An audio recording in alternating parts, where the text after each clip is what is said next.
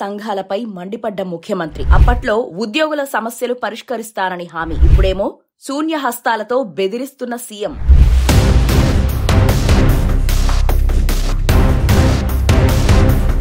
Retire అయిన వాళ్ల పదవీ కాలాన్ని పొడిగించొద్దని అప్పట్లో డిమాండ్. పదవీ విరమణ పొందిన వాళ్లకి ప్రభుత్వంలో ఇతర బాధ్యతలు అప్పగిస్తున్న రేవంత్ రెడ్డి.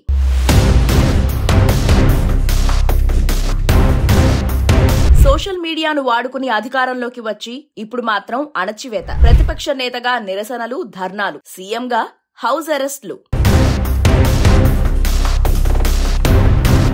ప్రతిపక్షంలో ఉన్నప్పుడు ఉద్యోగ సంఘాల సమస్యల్ని చిటికలో పరిష్కరిస్తారన్న రేవంత్ రెడ్డి అధికారంలోకి వచ్చాక మాట మార్చేశారు. ఉద్యోగ సంఘాలంటే మండిపడుతున్నారు. రిటైర్ అయిన అధికారుల్ని పదవుల్లో కొనసాగించడంపై అప్పట్లో అభ్యంతరం వ్యక్తం చేసిన ఆయన ఇప్పుడు అదే పంథాలో సాగుతున్నారు. సోషల్ మీడియా సహాయంతో అధికారంలోకి వచ్చిన కాంగ్రెస్ ఇప్పుడు సోషల్ మీడియాలో వ్యతిరేక పోస్టుల్ని పెట్టే వాళ్లపై కేసులు పెడుతోంది. ప్రతిపక్ష నేతగా నిరసన కార్యక్రమాలు చేపట్టిన రేవంత్ రెడ్డి ముఖ్యమంత్రి అయ్యాక అసలు నిరసనలు, ధర్నాలు జరగకూడదని పోలీసుల చేత అణచివేయిస్తున్నారు. అధికారంలోకి వస్తే ప్రతిపక్షంలో చెప్పిన నీతి సూత్రాల్ని మర్చిపోతారన్న దానికి నిదర్శనం మన ముఖ్యమంత్రి.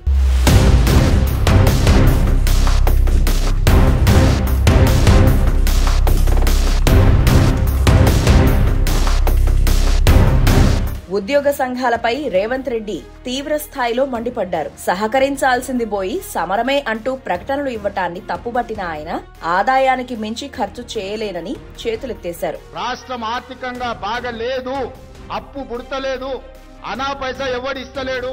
ఎవరినన్నా కలవడానికి పోతే బ్యాంకర్లు దొంగలను చూసినట్టు చూస్తున్నారు తెలంగాణ రాష్ట్ర ప్రతినిధులను. అప్పు పుడితే నేను కూడా ఏదో ఒకటి చేసి తెచ్చిచ్చేటోను, అప్పు పుట్టట్లేదు. ఎవడు బజార్లో నమ్మడం లేదు.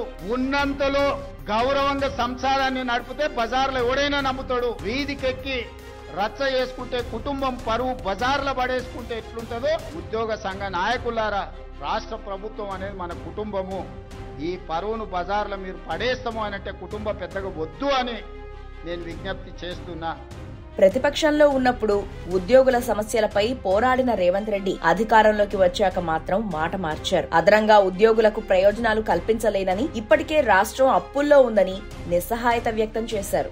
నన్ను కోసినా కూడా 18,500 కోట్ల రూపాయల కంటే ఎక్కువ ఆదాయం లేదు. ఏం చేస్తారా ఆయన?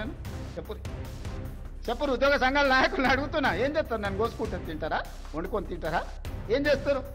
లేదు, ఉన్నదే 18,500 కోట్లు. ఎట్లా వంచుదామో చెప్పండి. ఏది ఆపమంటారో చెప్పండి. వృద్ధాప్య పెన్షన్లు ఆపమంటారా? ఉచిత కరెంట్ ఆపమంటారా? షాదీ ముబారక్ ఆపమంటారా? ఏ ఆపమంటారో చెప్పండి. ఏది ఆపుతారో ప్రజలకు చెప్పండి. అయ్యా మీది ఆపేసి మేము బోనసులు తీసుకుంటాం, మేము జీతాలు పెంచుకుంటాం, మేము అన్ని మేము దినంగా మిగిలితేనే మీకు ఇస్తామని రైతు ప్రజలకు చెప్తా అంటే చెప్పండి. బహిరంగ సభ ఏర్పాటు చేస్తాం, 10 లక్షల మందిని చేస్తాం. ఉద్యోగ సంఘాల నాయకులు మాట్లాడాలి. మేము చిట్టి ఇచ్చిన ముఖ్యమంత్రి, దీని ప్రకారం పరిపాలన జరుగుతుందని ఇదొక మార్గం. ప్రతిపక్షంలో ఉన్నప్పుడు అంగన్వాడీ కార్యకర్తలతో మొదలుపెట్టి గెజిటెడ్ అధికారుల సంఘాల వరకు ప్రతి ఒక్కరిని కలిసి డిఏలు పెంచుతామని, వేతన సవరణ చేస్తామని, అధికారుల్లోకి వస్తే ఉద్యోగుల సంక్షేమమే లక్ష్యంగా పనిచేస్తామని కాలికి బలపం కట్టుకుని తిరిగిన ఆయన ప్రస్తుతం మాత్రం ఉద్యోగ సంఘాలపై విరుచుకుపడుతున్నారు. సమ్మెకు వెళ్తే తెలంగాణ సమాజం సహించబోదని హెచ్చరిస్తున్నారు. తమ ప్రభుత్వానికి ఎలాంటి ఆదాయం లేనందున ఉద్యోగుల డిమాండ్లు నెరవేర్చలేమంటున్నారు. కొత్త కోరికలు నెరవేరవు. కొత్త కోరికలు కోరుకొని మనము నిరసనలో, ధర్నాలో, దీక్షలో, బందో చేస్తే ఉన్న వ్యవస్థ కూడా కుప్పగూలుతుంది. ఉన్నది కుప్పగూల్చుకుంటే ఇంకా మళ్ళా తిరిగి తేరుకోవడానికి కూడా ఇంకేం లేదు. కేవలం ఉద్యోగుల అంశంలో మాత్రమే కాదు, ముఖ్యమంత్రి రేవంత్ రెడ్డి ఇచ్చిన ప్రతి హామీల్లోనూ ఇదే శైలిలో వ్యవహరిస్తున్నారు. రైతు బంధు స్థానంలో తీసుకువచ్చిన రైతు భరోసా పథకంలో 15,000 ఇస్తామన్న ఆయన చివరికి 12,000కు పరిమితం చేశారు. వృద్ధాప్య పింఛన్లు, తులం బంగారం సహా అన్ని హామీలపై యూటర్న్ తీసుకుని ఇప్పుడు ఖజానాలో పైసలు లేవని శూన్యహస్తాలు చూపిస్తున్నారు.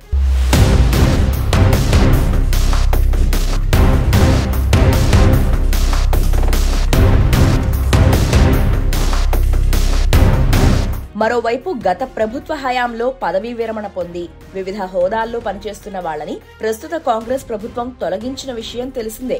ఐఏఎస్ అధికారులు, గెజిటెడ్ హోదాల్లో రిటైర్ అయిన వారిని కేసీఆర్ ప్రభుత్వం వివిధ హోదాల్లో నియమించింది. వీళ్లలో ముఖ్యంగా Yadagirigutta temple development authority vice chairman G Kishan Rao, metro MD NVS Reddy, engineer BLN Reddy, Transco జెన్కోలో 10 మంది డైరెక్టర్లను రేవంత్ రెడ్డి తొలగించారు. ఇలా మొత్తం రాష్ట్రంలో 7,000 మంది ఉద్యోగులు పదవీ విరమణ పొందినప్పటికీ వివిధ హోదాల్లో పనిచేసేవారు. ఇలా రిటైర్ అయిన వాళ్లని కొనసాగించడం పద్ధతి కాదని భావించిన రేవంత్ రెడ్డి కీలక నిర్ణయం తీసుకున్నారు.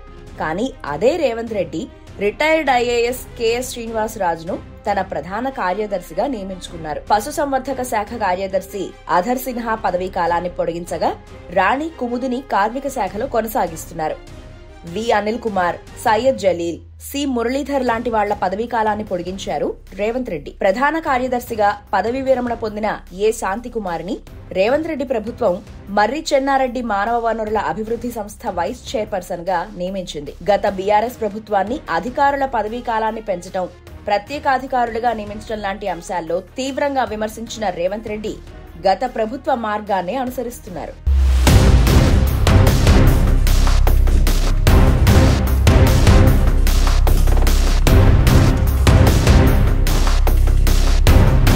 ఇక ధర్నా చౌక్ ఎత్తివేతపై గత ప్రభుత్వాన్ని తీవ్రంగా దుయ్యబట్టిన రేవంత్ రెడ్డి ప్రస్తుతం ప్రతిపక్ష నిరసనల్ని ఉక్కుపాదంతో అణచివేయాలని చూస్తున్నారు. బీఆర్ఎస్ సీనియర్ నాయకులే కాకుండా గ్రామస్థాయి కార్యకర్తల్ని సైతం గృహ నిర్బంధాల పేరిట ఇబ్బందులకు గురి చేస్తున్నారు. రాజధానిలో ఎలాంటి నిరసన కార్యక్రమాలు చేపట్టకుండా అడుగడుగునా పోలీసు బలగాల్ని రంగంలోకి దించారు రేవంత్ రెడ్డి. ప్రతిపక్షంలో ఉంటే ప్రజాస్వామ్యం, స్వేచ్ఛ లాంటి మాటల్ని తరచుగా వాడిన ఆయన అధికారంలోకి రాగానే ప్రజా సంఘాల్ని, ప్రతిపక్ష పార్టీల్ని అణిచివేయాలని చూస్తున్నారు. గత 10 ఏళ్లలో కాంగ్రెస్ సోషల్ మీడియా విభాగం ఎంతో దిగజారి ప్రభుత్వాన్ని విమర్శించేది. కానీ ప్రస్తుతం మాత్రం ప్రతిపక్ష పార్టీల కార్యకర్తలు గాని, సామాన్యులు గాని ప్రభుత్వానికి వ్యతిరేకంగా ఎలాంటి పోస్టులు పెట్టినా మరుసటి రోజే పోలీసులు ఇంటి ముందు ప్రత్యక్షమవుతున్నారు. సోషల్ మీడియాను వాడుకుని అధికారంలోకి వచ్చిన రేవంత్ రెడ్డికి ప్రస్తుతం సోషల్ మీడియా అంటే గిట్టట్లేదు.